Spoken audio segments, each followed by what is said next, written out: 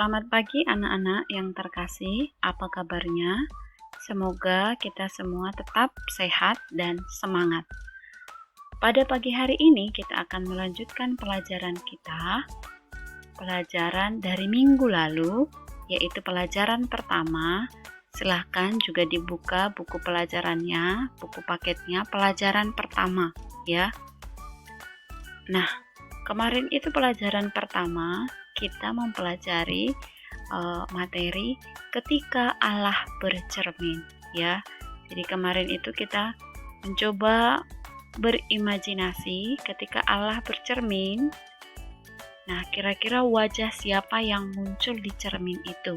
Yaitu ini ya, wajah laki-laki dan perempuan. Kita sudah pelajari minggu lalu.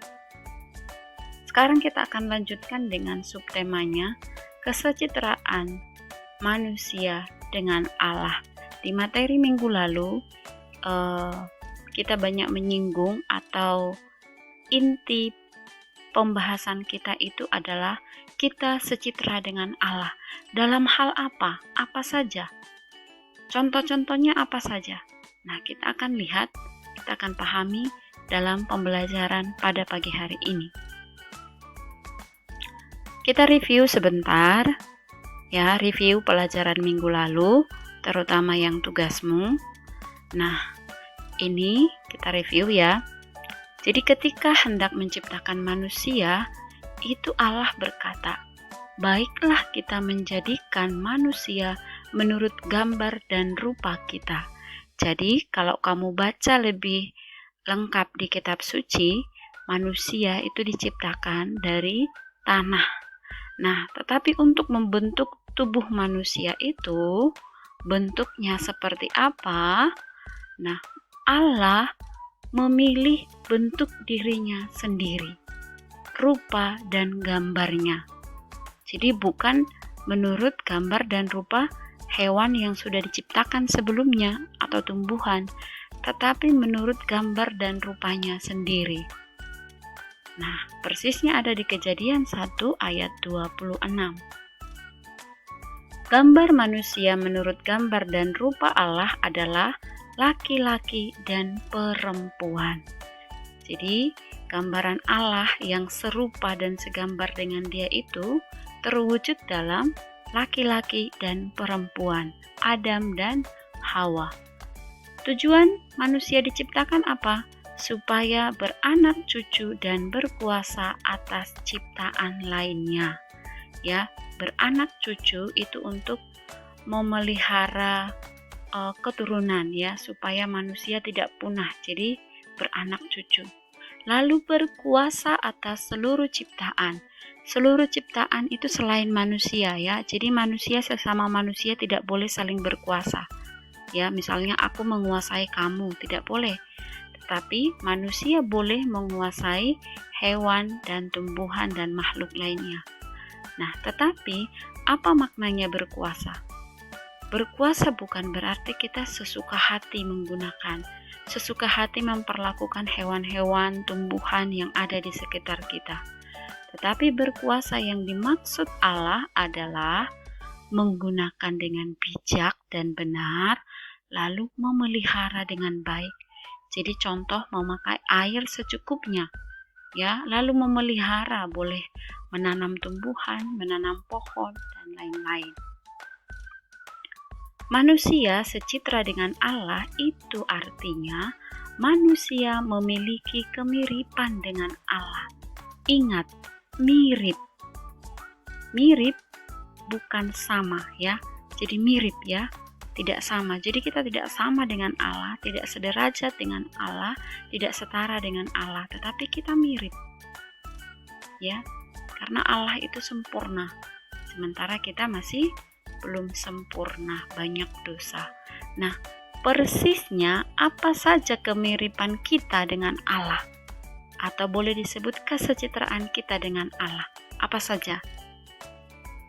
Nah, ada 3 hal pokok kesecitraan manusia dengan Allah. Ada 3. Pertama, daya cipta, ya, nih, pikiran, akal budi. Ini adalah kemampuan untuk memahami, mempelajari, mengetahui, sampai kepada kemampuan untuk menciptakan sesuatu. Ya.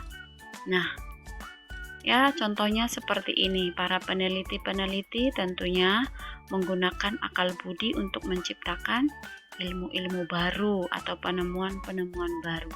Lalu yang kedua apa? Yang kedua adalah rasa atau hati nurani, ya.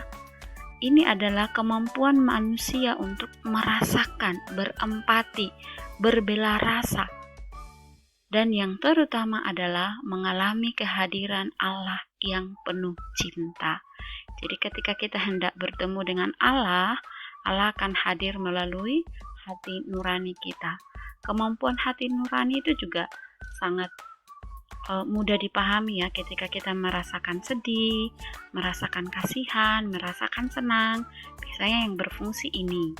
Tapi ketika kita untuk mempelajari sesuatu, yang berfungsi adalah akal budi atau daya cipta. Lalu yang ketiga, contohnya ini ya, berbela rasa atau bersahabat, akrab ya, berteman dengan teman yang lain, itu contoh dari kemampuan hati nurani. Dan yang ketiga adalah karsa. Karsa ini bisa juga disebut dengan kehendak bebas. Kemampuan manusia untuk memilih dan melakukan keputusannya secara bebas melakukan kehendak Allah. Jadi kita semua manusia ini punya kehendak bebas. Artinya, kita sendiri bisa memilih dan melakukan apa yang ingin kita lakukan. Bebas ya, tetapi ingat, bebas untuk melakukan kehendak Allah, bukan kehendak sendiri ya. Harus sesuai dengan keinginan Allah, kehendak Allah. Kehendak Allah itu apa? Semua yang baik-baik dan benar. Oke? Nah, contohnya ini mewujudkan karsa itu dengan seperti ini ya. Diwujudkan dalam tindakan berbagi ya. Jadi sudah paham ya 3 kesejahteraan kita dengan Allah, yaitu ini contohnya dengan menggunakan akal budi pikiran kita untuk menciptakan sesuatu yang berguna. Ya, lalu hati nurani kita untuk merasakan kasih sayang, merasakan cinta, berempati, berbela rasa. Sementara karsa adalah untuk mewujudkan ini, diwujudkan dalam tindakan nyata, yaitu berbagi contohnya, menolong contohnya. Nah, ini adalah contohnya. Santo Carolus Borromeus itu mengembangkan kemampuan akal budinya, daya ciptanya, pikirannya dengan terus belajar dan membagikannya dengan mengajar orang lain dan menulis buku. Jadi apa yang dia pikirkan, apa yang dia pelajari itu dia bagikan ke orang lain. Dengan cara apa? Mengajari dan menulis buku. Nah, selain itu, dia juga mengembangkan hati nurani dengan berbela rasa kepada orang sakit. Jadi Santo Carolus ini juga dulu merawat orang sakit sampai pada akhirnya dia ikut tertular ya. Karena dia tidak tega melihat orang yang sakit, lalu dia ikut membantu merawat mereka. Nah, ini yang dikembangkan apa? Hatinya, berbela rasa. Nah, itu semua sesuai dengan kehendak Allah, ya.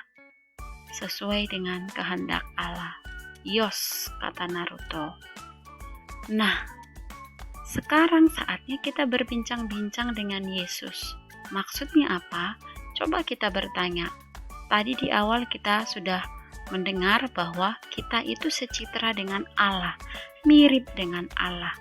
Nah, sekarang kamu ingat sikap perbuatanmu selama ini, benarkah mirip dengan sifat-sifat Allah ini? Benarkah menunjukkan sifat-sifat Allah?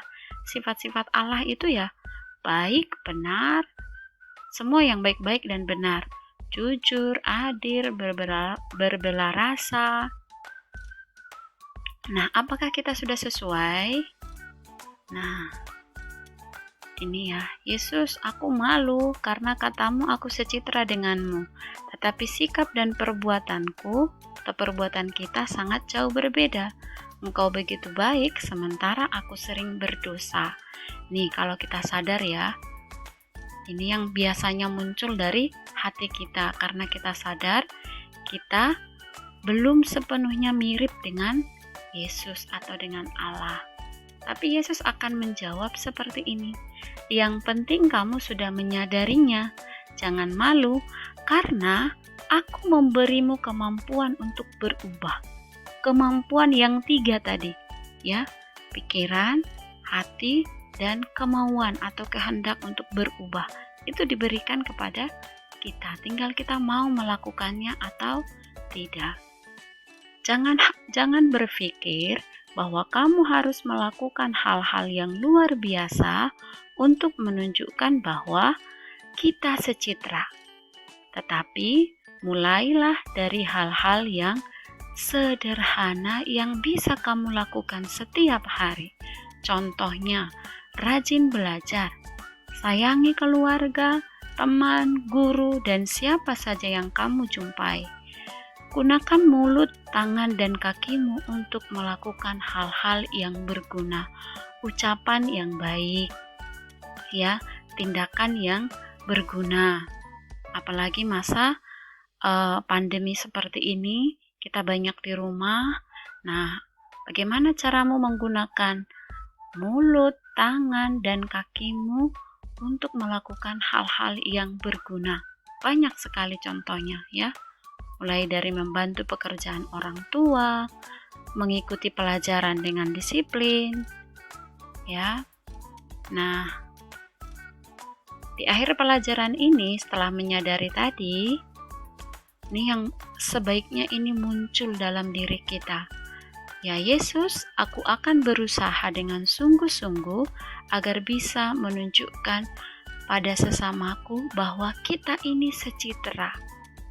Nah, inilah niat kita, janji kita, dan usaha kita untuk menunjukkan perbuatan.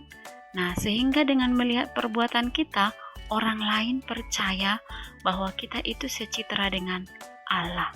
Dan tentunya Allah akan senang, ya. Allah akan bangga pada kita karena kita bisa menunjukkan kesecitraan kita tadi dengan Allah. Gunakan pikiran, gunakan hati, gunakan tangan, mulut, kaki untuk melakukan kehendak Allah. Demikian anak-anak pelajaran hari ini. Nah, kalau kamu memperhatikan penjelasan ibu dari tadi, maka kamu akan siap memainkan kuis yang ibu berikan. Kalau belum bisa dapat 100, silahkan dimainkan lagi sampai kamu mencapai poin 100.